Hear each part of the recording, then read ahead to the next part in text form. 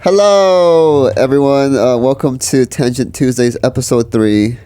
Big deal. Third week. You gonna introduce yourself? No. My name's Yarrick. All right. Yeah, that's Yarrick. I'm Monty, and we are gonna be rambling. Last week we were talking about the last 2 weeks we talked about just Russia.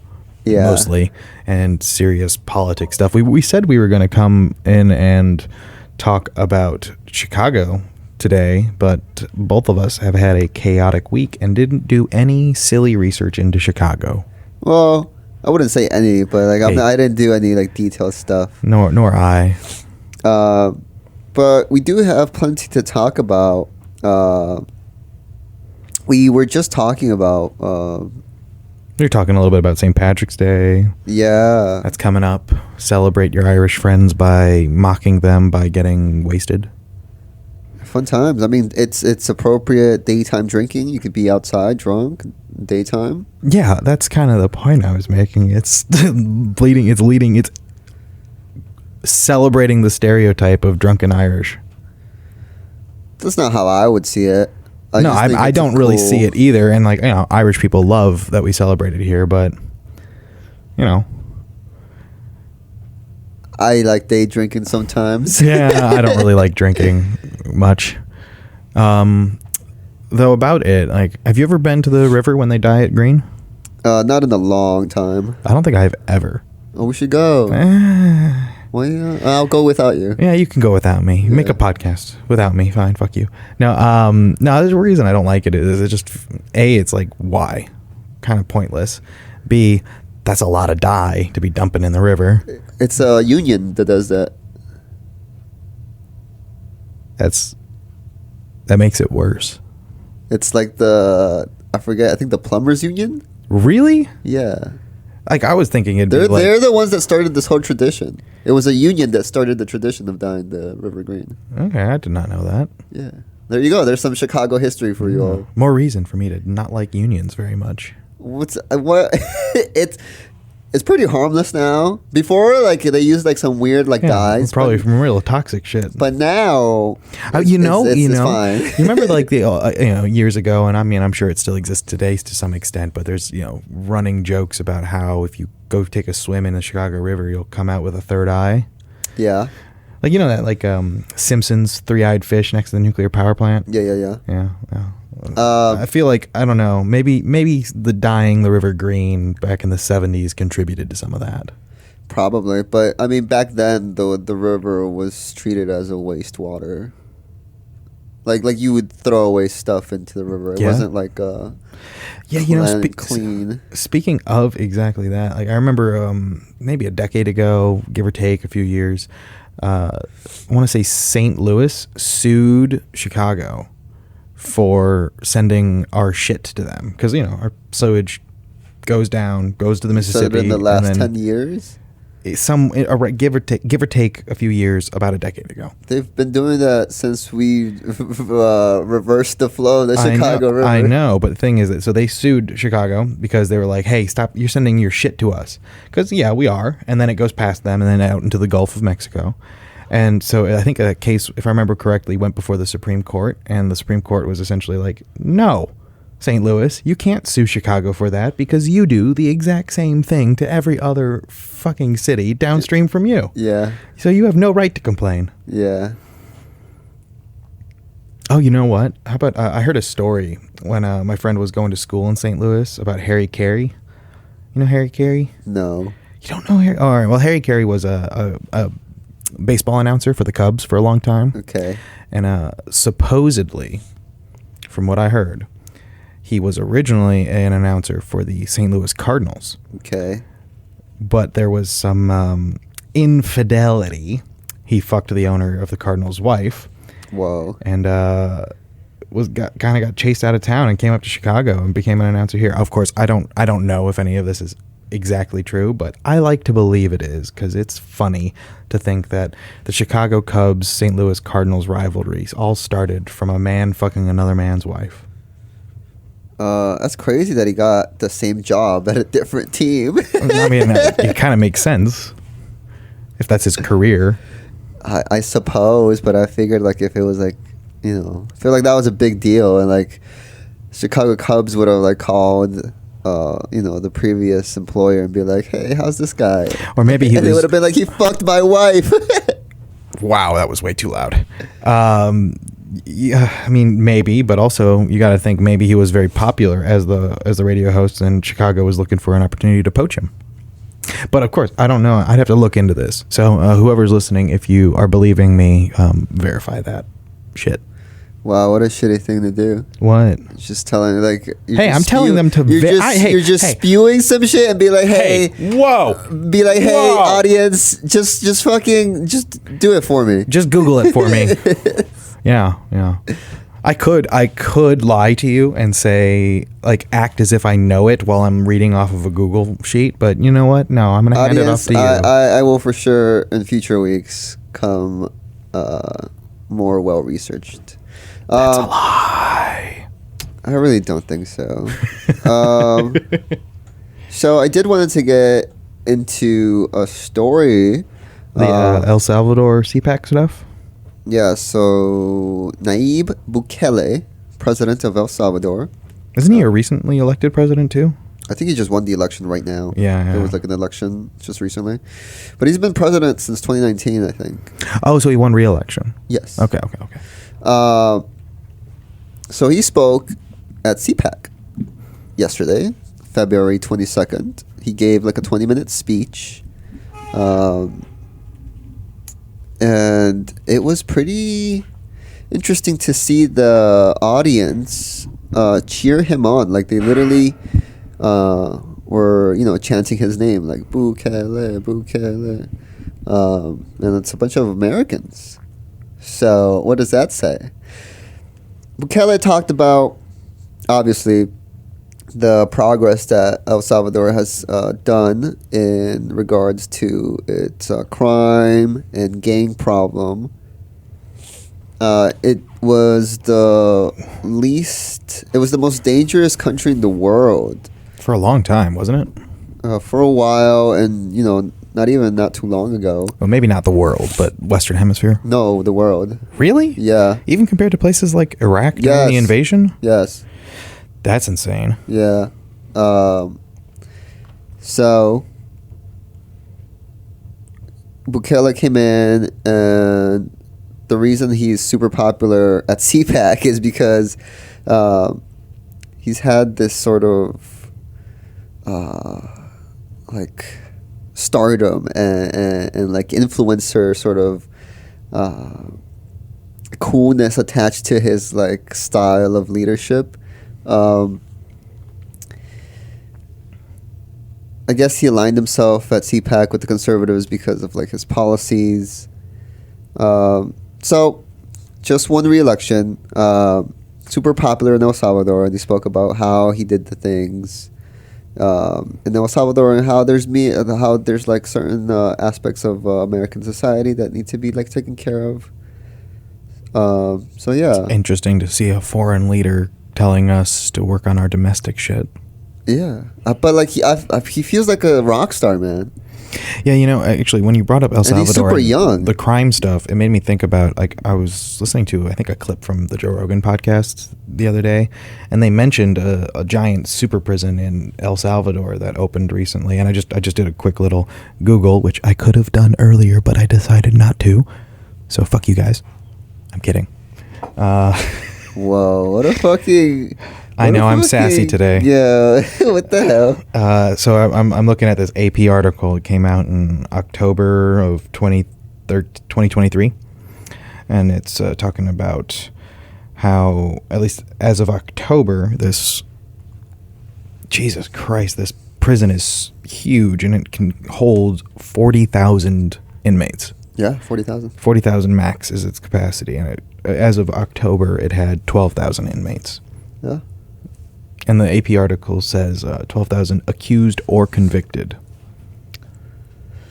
Yeah, there's a lot of prisoners still that haven't been convicted. Still in... That are being held there. Yeah. Like probably held during trial or something. Yeah, because they arrested tens of thousands. Yeah, I bet. They did a hardcore crackdown. Yeah. Um, so he feels like a superstar or rock star. Actually, rock star, not a superstar. He feels like a rock star. He's 42 years old. He's young. That's half the age, nearly, of the two people running in the front run positions for the president. Exactly. So Bukele mentioned, obviously, kind of just patting himself on the back. His party or his party or like his affiliation in El Salvador won 96% of their Congress. Like his party won? Yeah, his party won like 96% of the Congress seats. Out of 60 seats total, I forget if he used the word Congress or Senate, but out of 60 seats, 54 were of his party. 57 if you counted the party's allies. Mm-hmm. So that's crazy. The whole country is like under his control, basically.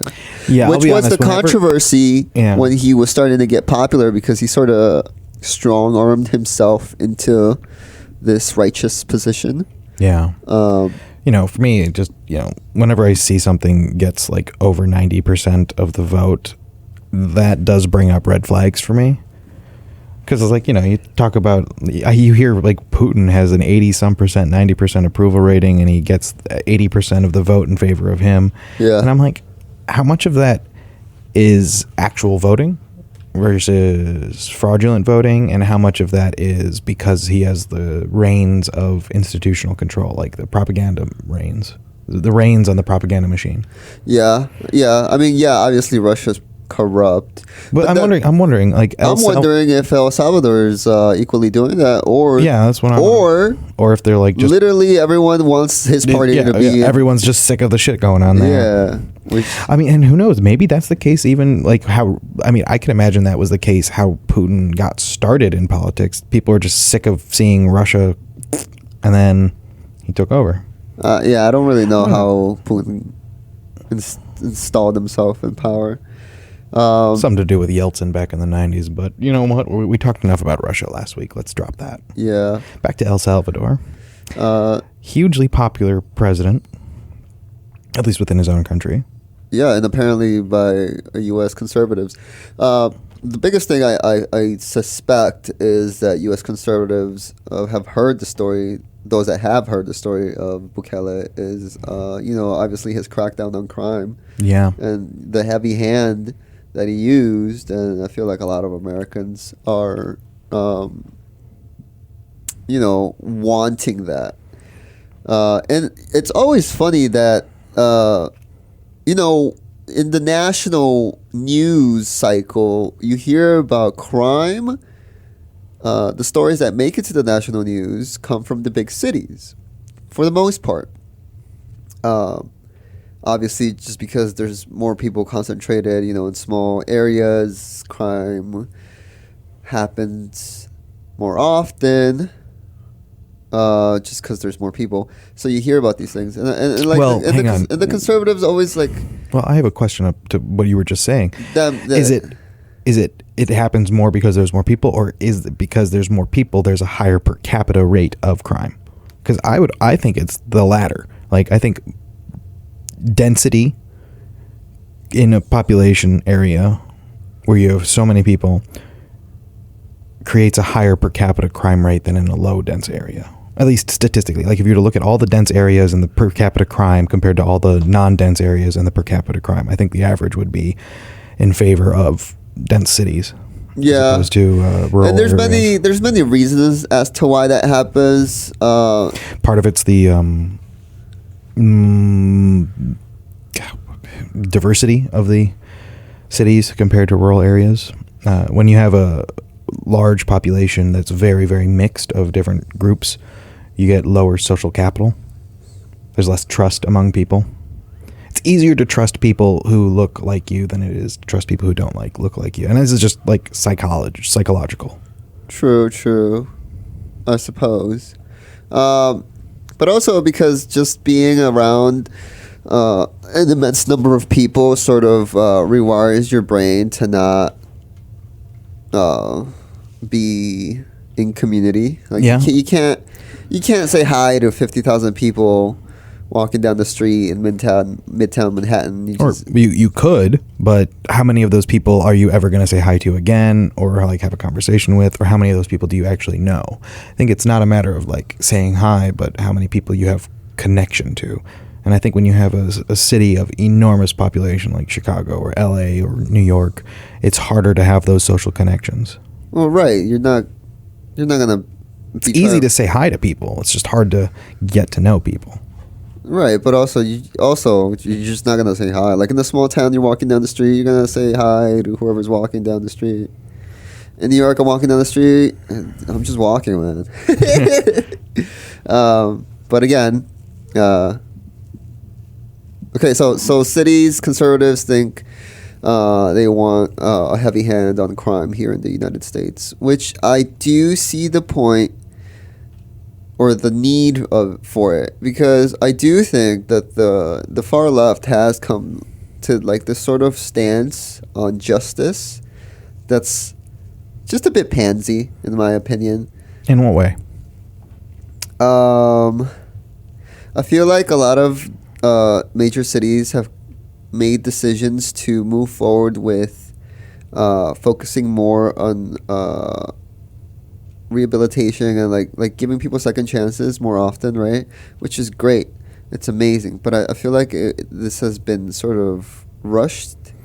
And it's been put in like a haphazard way where like people see what's going on and opportunists take advantage of this. Yeah. Like I mean, when we were watching that, we both I think watched the San Francisco Streets Andrew Callahan Channel 5 News piece on that, and they were talking to people who were saying like, well, they raised the felony threshold for theft, and so they were like, well, then if they're not going to charge me, so the more theft happens, then more shoplifting happens. Yeah, exactly.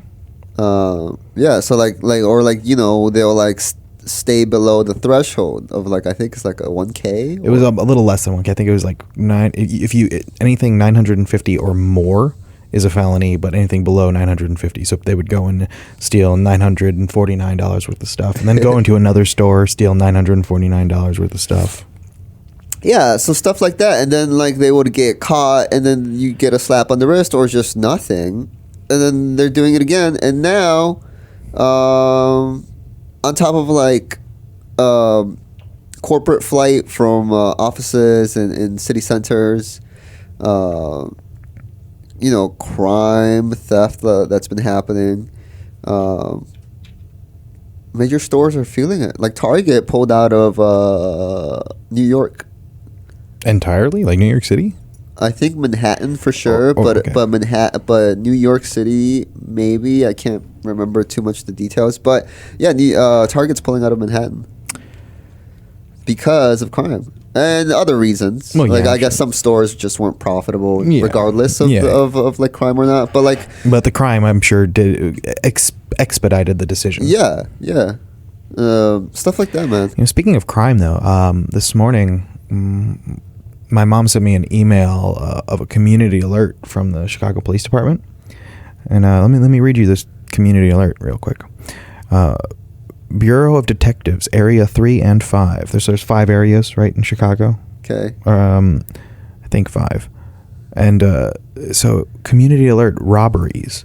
17th District, Albany Park, about where we are right now. 20th District, Lincoln. 24th District, Rogers Park, about the crime. This alert gives notice that the 17th, 20th, and 24th districts of recent related robberies. In each of the incidents, victims were walking on the public way when a vehicle pulled up in close proximity. 2 offenders then exited the vehicle and approached the victims, while a 3rd offender waited in the driver's seat of the vehicle. The victims were then robbed of their personal belongings. In several of the incidents, victims were battered by one or both of the offenders using hands and feet and possibly an unknown blunt object in one of the incidents. Incident locations and times. So it gives a bunch of the locations. This was all 2 days ago, Wednesday morning. And it all happened between 6:30 a.m. and 7:30 a.m. Ooh, early birds. Early birds running around, just robbing people on their way to work. But then it says, after all the list of the, hang on, 1, 2, 3, 4, 5, there's 9 incidences of robbery in that 1 hour window, and it's like all over the place, like 3400 block of Waveland, 3100 block of Grace, 6900 block of North Sheridan. So it seemed like all up in the, like almost in the Andersonville 69? area. That's pretty far north. I know, right? And you know, and Waveland and Grace and Waveland, Grace, Hood, Berwyn, Paulina, Rosemont, Sheridan, Arthur, and Loyola where the streets hit. Berwyn? Yeah. But hang on. About the offenders. It gives a somewhat description of them. They were driving a white Kia Optima. Yeah. So keep an eye out for white Kia Optimas. It's always a Kia because Kias are easy to steal. Actually, so they probably stole the car itself. Geico stopped insuring Kias from like a certain year to a certain year. Because they're easy to steal. Yeah, you know, I remember hearing about how, after the pandemic, there was a super big increase in carjackings. And one of the reasons for it was because there was a hacking tool that was released into the criminal community that allowed them to hack and through an electrical device unlock, I think it was Kias. Oh, yeah, probably. But also, I don't think you need to. I'll tell you, folks. I'll tell you how to steal a Kia right now. No. I know. You can watch it on YouTube. I've seen the videos. Shout out Donut Media. They're a bunch of card guys. So, all you need is a screwdriver and USB charging cable. You use the screwdriver to just like tear apart the section where you insert the key. Like there should be like some sort of like opening, or like you just got to remove the plastic and the case around the key section, and then you can remove the key insertion thing itself. And once you remove that with some brute force, you can use the USB cable, the USB-A side, to stick it into the port where the key goes. It'll fit just about right, and you can just turn it, and you got a car. All right, well, if the cops come for us because you were giving out robbery, it's public information. I know. I'm just fucking with you. But all right, so back to this series of robberies in the north side of Chicago. One thing is that like this community alert goes out, right? And then I see an article through WBEZ or something. Shout out public radio. And or maybe it was ABC News. Boo. Regardless, it was a local news station, and they put out this article talking about that. And they mentioned in the news article that they were armed robberies. So the people robbed were held at gunpoint, according to the ABC article I read. But no mention of a gun in the community alert from the police. Interesting. I thought that was interesting too. I guess it's some PR from the police. I mean, it kind of seems rather negative to be PR, because I mean, if you get a news agency that's reporting that there was a gun involved and the police aren't, it feels like the police are.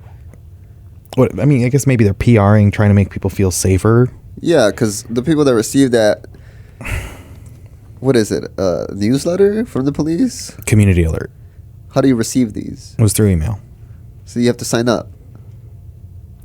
Maybe, or it's based off of your census data, like where you live. But like, what? How do I sign up? How do I receive these emails? Couldn't they just search your info? Why didn't you receive these emails? Why did I? Why didn't you? Oh, because I'm not registered to be living in these areas. Yeah, I think your mom's registered, signed up for some sort. You just don't get an email from the city. Speaking of that, I remember a few years back, I went to like a public meeting with the police at that precinct, and I walked in, and I just wanted to like observe and see what this was going to be like. And I walked in, and it was maybe 7 people in the room other than the police officers. Every single one of them was white. Yeah. And this neighborhood is not a predominantly white neighborhood. Yeah. I feel like people just don't know about stuff like that. And also, I think partially that. But also I think part of it has to do with like a distrust of police. Yeah, of course. Yeah, and also people tend to think that interacting with public service or like public government is like a no-no, but like that's what you're supposed to do. I remember meeting this guy. Snitches get stitches. I met this guy when I was traveling 2 years ago. Holy shit! I went to Minneapolis, the Twin Cities. What's the other city? I always forget the other city. St. Paul. St. Paul, yeah. So the train gets off at St. Paul, and I'm hanging around there, and I got there pretty early morning, like 6 a.m. So like the sun just started rising. This was in the summer, 2 years ago, 2022.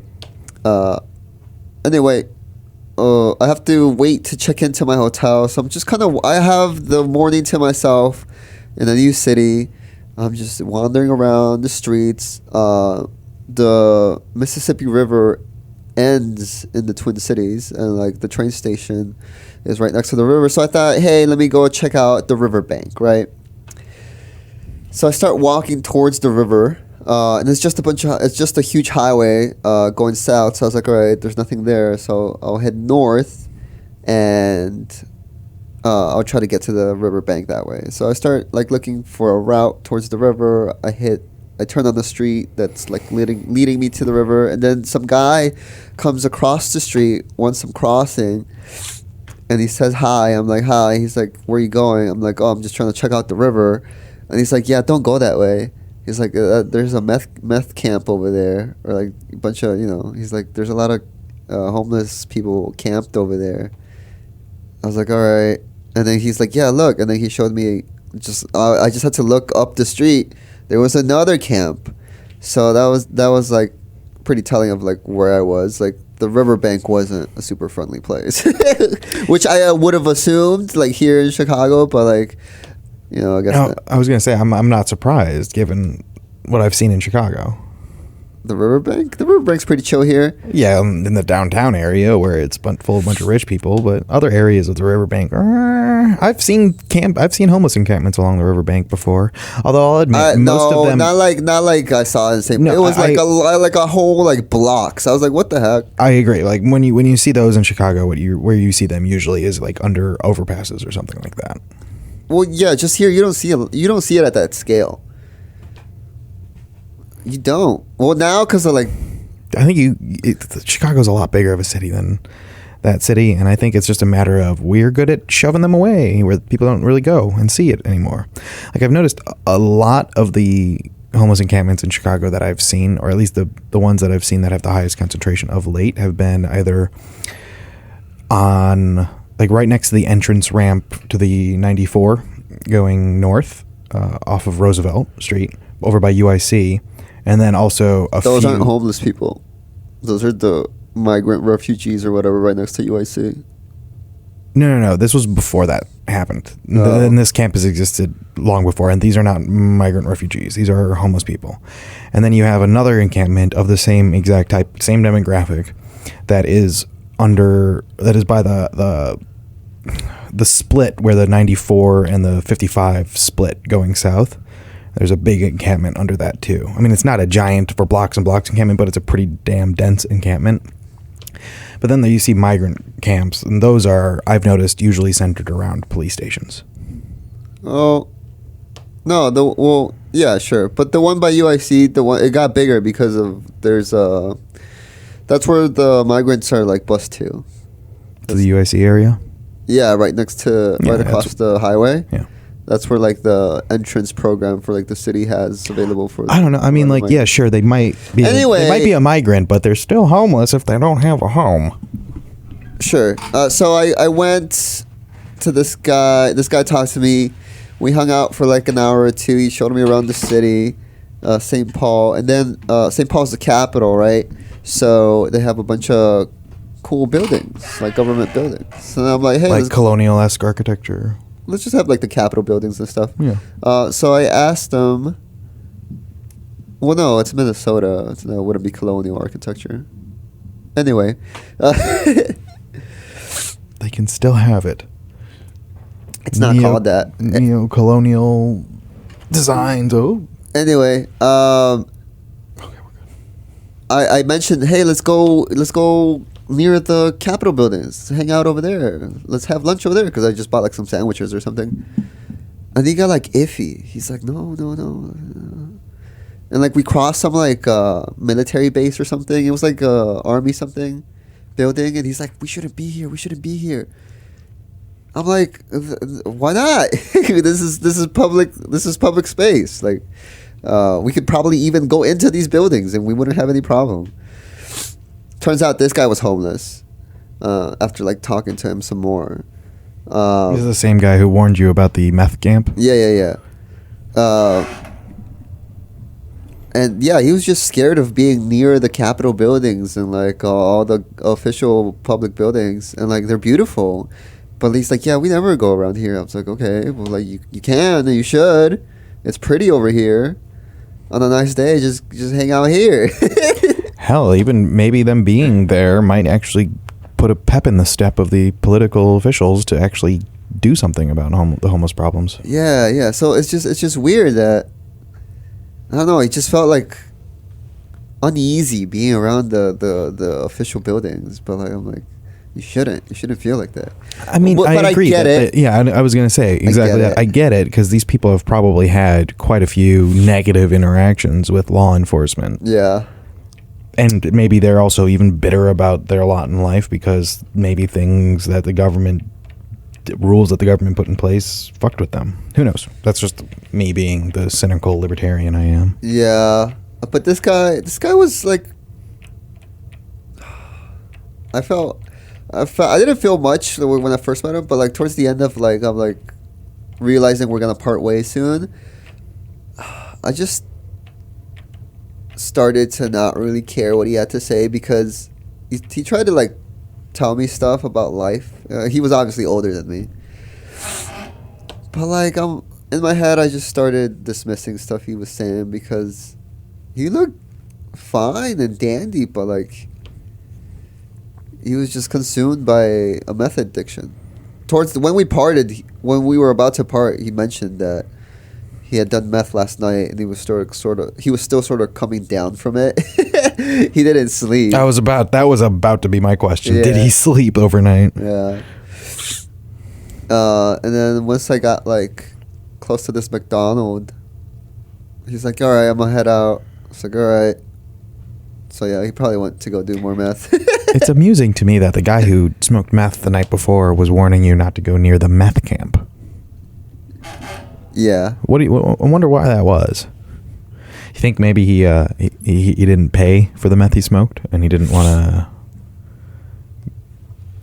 No, I just think he wanted to like just advise me that there's nothing over there, because I was trying to look for something scenic, but he's like, no, yeah, this is just shit over there. The riverbank's not cool. Which is a shame because they should make it a big deal. It kind of is, but it's just like this very like small section. But that's where the Mississippi River ends in Minneapolis, Minnesota. You mean begins? Begins, sorry. Yeah. Well, not really. There's still like more, but like that's the furthest you can travel on a boat in. Oh, okay. That's where it's the widest. Yeah. And then after that, it gets to smaller streams that are leading into it. Yeah, you can't be industrial. It's no longer a viable industrial river. So yeah. I don't know. I mean, honestly, over the last few weeks, I haven't heard that much. Oh, shout out Nikki Haley, still in the race. I know, she is sticking it through to the bitter end. You know, I mean, if she's still in the race come the Illinois primary, I think I'll probably vote in the Republican primary. You're gonna vote for Nikki? Yeah, I'm gonna vote for Nikki. I'm gonna vote for Trump. The wealthy white women of Illinois need to come out and vote for Nikki. Ow. Yeah, it peaked pretty badly. Yeah, right you there. see that spike there. Yeah, Nikki Haley. I mean, would be kind of amusing to me because she's part Indian, right? Yeah, she's Indian. It would be quite fucking. Cause isn't Kamala Harris part Indian too? Isn't she half Indian, half black? I don't know anything about Kamala. I think that is true, and that being said, it would be very amusing to me if the party that like really likes to focus on gender politics and gender identity and identity politics of vote for me because I'm a woman. Hillary Clinton's pretty much that was her campaign. It'd be funny to me if the Republicans end up nominating the first woman to run for or I don't know if she'd be the first woman nominated for president, but if they got elected the first woman president who also happened to be the first Indian American president. I think that'd be a pretty... Honestly, that sounds pretty American. I know, I agree. It sounds incredibly American. I just think it's kind of funny that it's the party that doesn't really talk about that being an important thing is the one that's actually kind of putting up that candidate. Do you think? All right, let's run a hypothetical. I mean, since we brought up Nikki Haley, and let's leave the Republicans out of it for a moment. Hypothetical: Biden wins re-election. Okay. Does another 4 years. Okay. You think Kamala Harris is going to run for president? No. I think she's going to run in the primary for sure. I don't think she'll win it, but yeah, she wants power. Really? Yeah. Why do you say that? Why do I say that? Yeah. Everything she's done so far. What has she done? Well, she became the vice president and ran for president and accused Biden of racism when running to try to get herself a better shot. Wait. She ran last time? Yes. And then she became vice president? Yes. She became Biden's vice president pick because he figured, it'll get me black votes. And women votes. Yeah. And like, her campaign was just obliterated by Tulsi Gabbard, that former congresswoman from Hawaii. Yeah. Like, Tulsi challenged her on locking people up for smoking weed in California when Kamala Harris was the district attorney. Yeah. And then laughing about her own marijuana use on a podcast. And so Tulsi Gabbard called out that hypocrisy, and Kamala Harris's campaign was ever since then. Oh. I don't know. I didn't know about that. Also, I don't like Kamala Harris for a host of reasons. The biggest one being that she pushed forward the SESTA-FOSTA Act, which is FOSTA, part of it stands for Fighting Online Sex Trafficking Act. Oh, yeah, you mentioned this the first week. Yeah, I don't like it. I don't like her. And she pushed that forward for political reasons. She arrested people and paraded them in a courtroom in front of cameras and charged them with charges she knew were going to be thrown out just because her election to the Senate was the next week. It was a political stunt to get her more attention and more favorability in the election. And one of those two guys last year killed himself because of the political persecution from all of this. Whoa. She has blood on her hands. I mean, who doesn't? The politicians, I mean. Yeah, but the big ones. No big politician doesn't have blood on their hands, but... You're right. I wonder how many, senators or Congress people have blood on their hands in that way.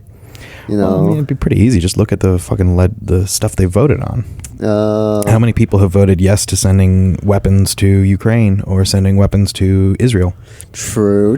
That's blood on their hands. Oh, you're right about that. Granted, in Ukraine, in both cases, there would be blood regardless. But, I mean, that's American weapons and American taxpayers. Yeah. That's another thing, too. I mean, technically, I think as long as you're a tax-paying American, you got blood on your hands because your tax dollars are going to fund these things. Yeah, my statement was correct. Indeed it was.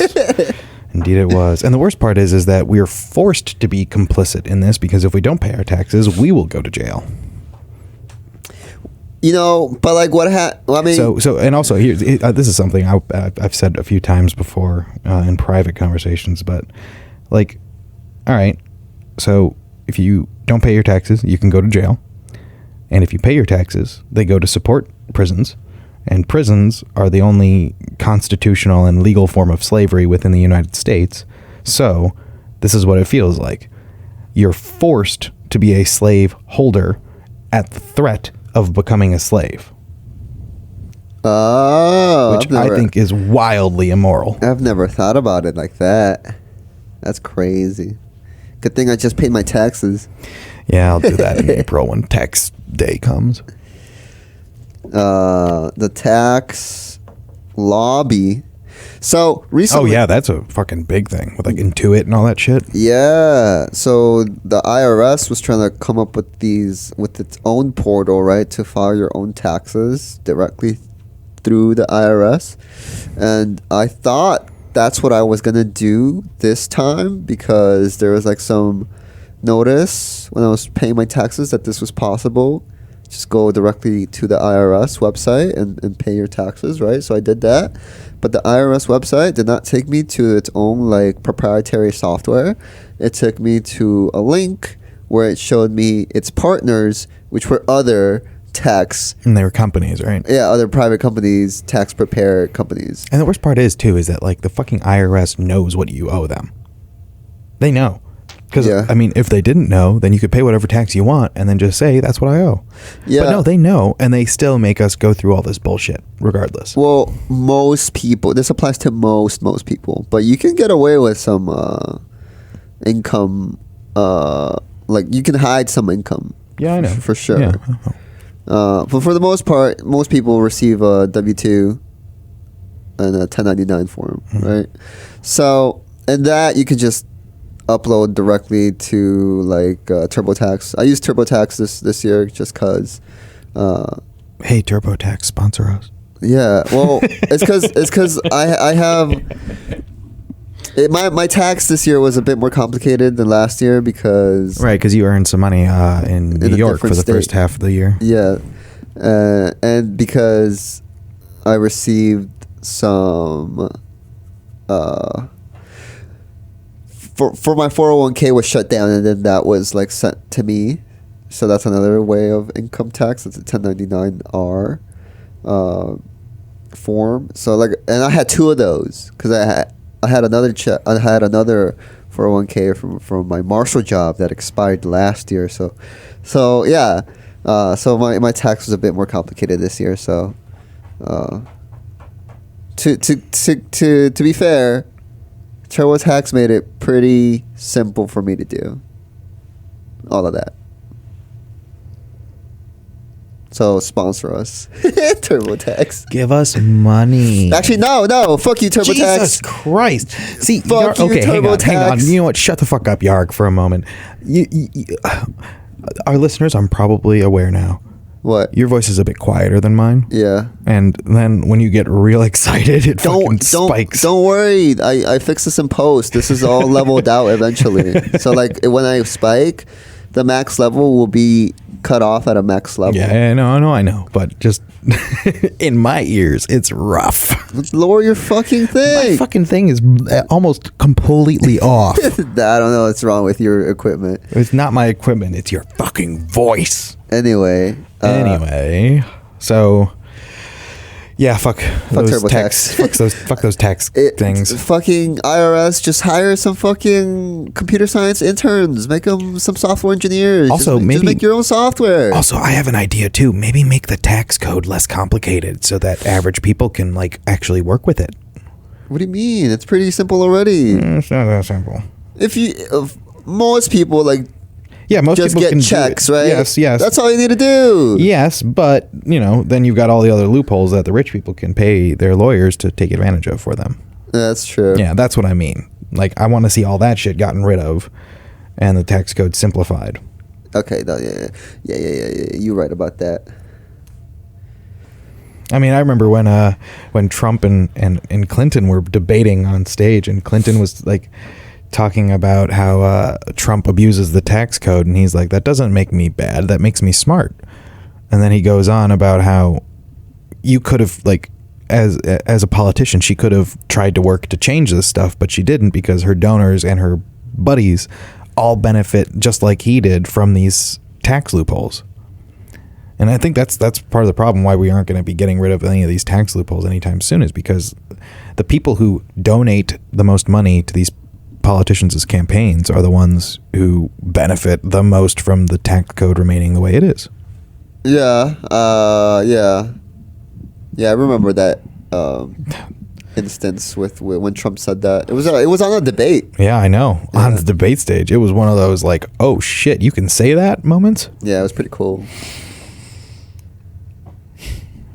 Do you think we will see any debates between Biden and Trump this year? Because Trump has been completely avoidant of the Republican debates. I wonder if he will also be completely avoidant of the general election presidential debates. You know what? I think we'll probably see no debates. I'm suspecting that as well. Yeah. Yeah, because I think which is going to be weird.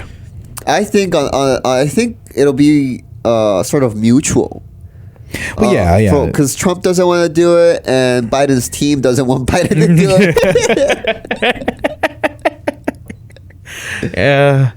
Yeah. You know, speaking of Biden, like, you know, his speech issues, I see like a lot of people like making fun of him, like for not being able to speak and whatnot. It's like, yeah, sure, he's old. Yeah, sure, he fumbles with words, but you know, he did have a stutter when he was a teenager that he did have to get over. And I'm sure when and I've noticed, and I have friends who have had stutters before, and when they get stressed or overwhelmed, the stutter starts to come back. Yeah. Yeah, and I think recently, maybe last week or so, I saw a late night, I think it was a segment from The Daily Show, and they were making fun of Biden because he just had made a speech. And like, I understand that, you know, we're all aware that he sometimes fumbles.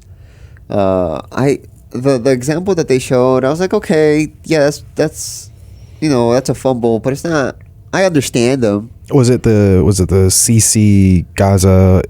Like he called the President Sisi the president of Mexico. Oh yeah, that was that one. Yeah, they made fun of it. But like, if you look at the rest of his speech there, it's pretty coherent. I understand what you're saying. Yeah. You know, you're up there. You're awake, I suppose. And I mean, you know, the worst part is like, I'm he fumbles, and like when people were like, he did it again. Yeah, he fumbles. Trump fumbles. Trump says some things that are like absolutely crazy at first, but then if you think about it more thoroughly, it's like, okay, that's not as insane as I thought it was going to be. And I mean, some of the shit he does say is absolutely fucking bonkers. But I'm thinking, like the when he said, you can destroy a magnet by putting it in water. We were all like, what the fuck? I looked at that and I'm like, I guess he's an Insane Clown Posse fan. Magnets, how do they work? I'm tired of you scientists lying to me and shit. All right, hang on. Have you ever listened to that song Miracles by ICP? No. I encourage you to. I will not, because it hurts my soul. Why? You'll see. Miracles by the Insane Clown Posse. Yeah, I know them. No, but the other thing, like for example, Trump, like it came out in the last week or two. I think we may even talked a little bit about this in the last podcast with him talking about how if a NATO ally did not pay the 2% minimum requirement by the NATO treaty towards defense, that he would not defend them if they were attacked. And it's like, yeah, that sounds awful. But then when you look at it, like, all of the NATO countries that border Russia make those payments, make the 2% minimum. So if any country that's at risk of being attacked by Russia would be defended under a Trump presidency because they meet the requirements of NATO spending. Who doesn't? Germany, France, Spain, Portugal, most of the bloc. The countries that meet the defense threshold are the countries that border Russia, so Romania, yeah. And I'm guessing the UK, Poland, and the UK and Greece. Yeah, but yeah, I mean, like it sounds bombastic, like, oh my God, he's not going to come to the defense of NATO countries if they're attacked, and it's like, yeah, but is Russia really going to attack Germany? They're just going to fly over Poland and drop troops in Germany? No, that's not going to happen. It's all a stage.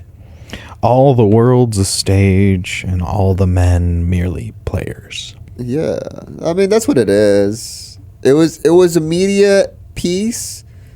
I remember seeing the BBC and DW, which is the German public service. I mean, news station.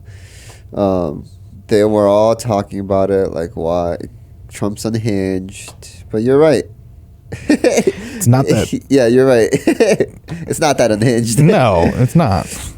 And I'll be honest, like as an American, it's kind of frustrating that countries like Germany, the largest economy in the European Union, does not meet those defense spending requirements. Because I mean, we've been subsidizing European defense for the last 70 years. Yeah. And I do agree with George Washington. What? That continent's a fucking forever war. We should not be involved in it. At least not in war over there. Like World War I, we should not have gotten involved in. World War II, we were attacked, so yeah, we got involved. Yeah. But World War I, we shouldn't have fucked with that. No. What was the So would have Germany stalemated or won if the U.S. didn't join World War I? Probably. I mean, they would have probably they would have had a settled peace with better terms with the French and the English. Yeah. Whoa. I mean, and here's another thing.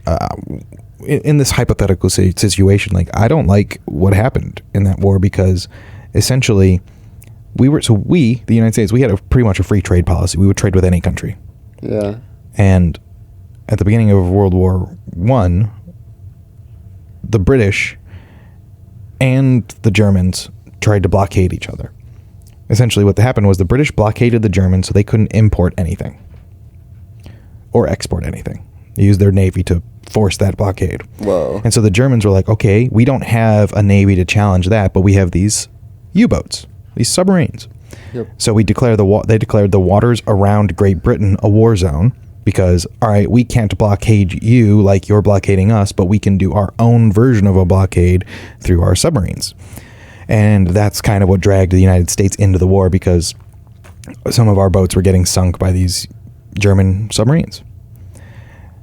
What I think we should have done as the United States, the European continent. No. What we should have done is the moment that Britain blockaded Germany, preventing us from trading with Germany, even though we have a free trade policy, that's essentially Britain dictating what our foreign policy should be. What we should have then done is embargoed Britain to force them to lift the blockade so that our free trade with Germany and Britain could have been reestablished. But we didn't do that.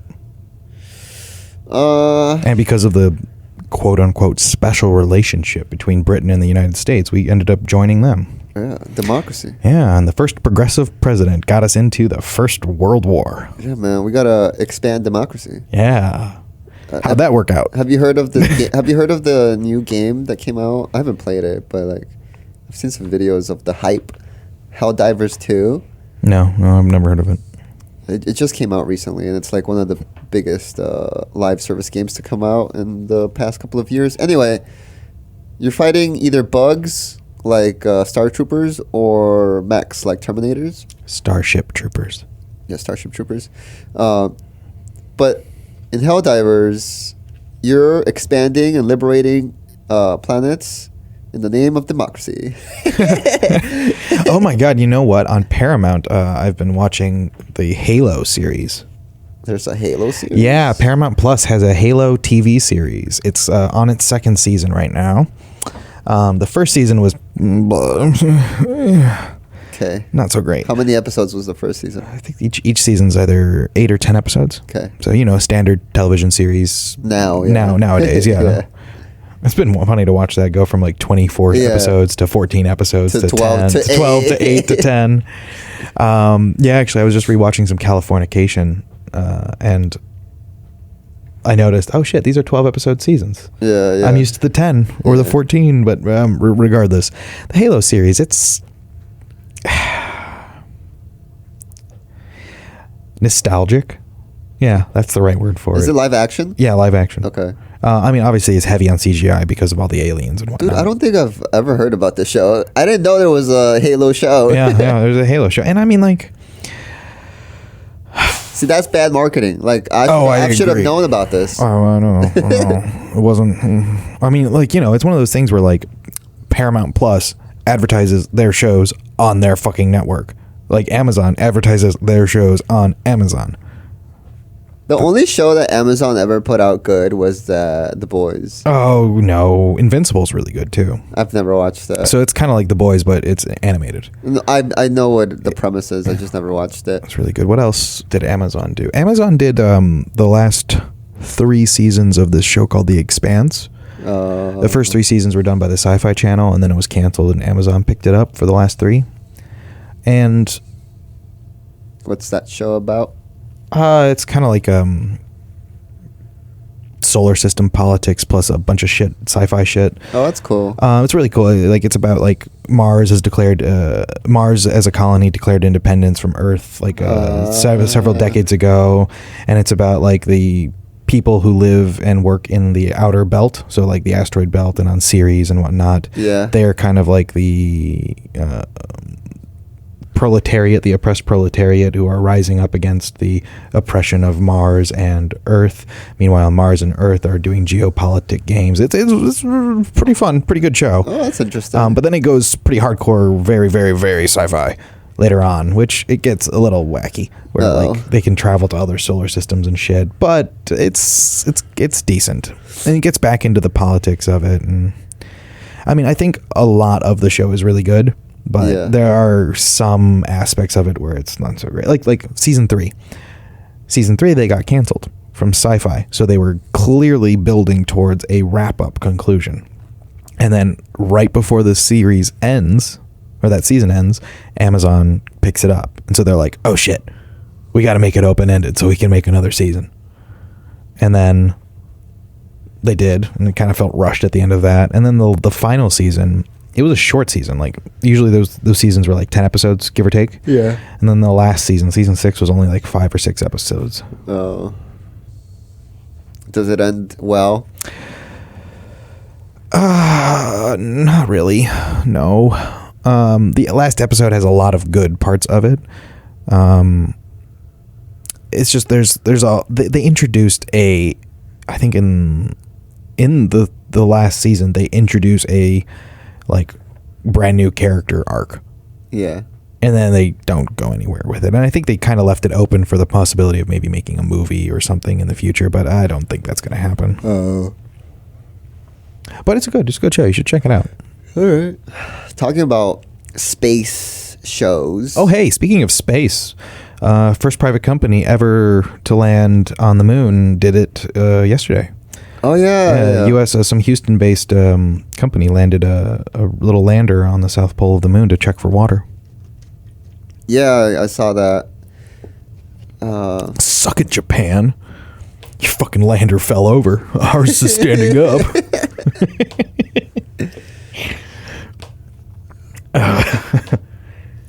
Oh, man. I can't wait to industrialize the moon. Yeah, that'll be cool. Yeah. So we got lunch to go to here in about half an hour. We should probably wrap this up and get going. Yeah, we have a friend. We have friends. Wow. We have friends, folks. He's speaking for himself. I have no friends. Yeah, we have obligations, and so we're going to go fulfill those. Thank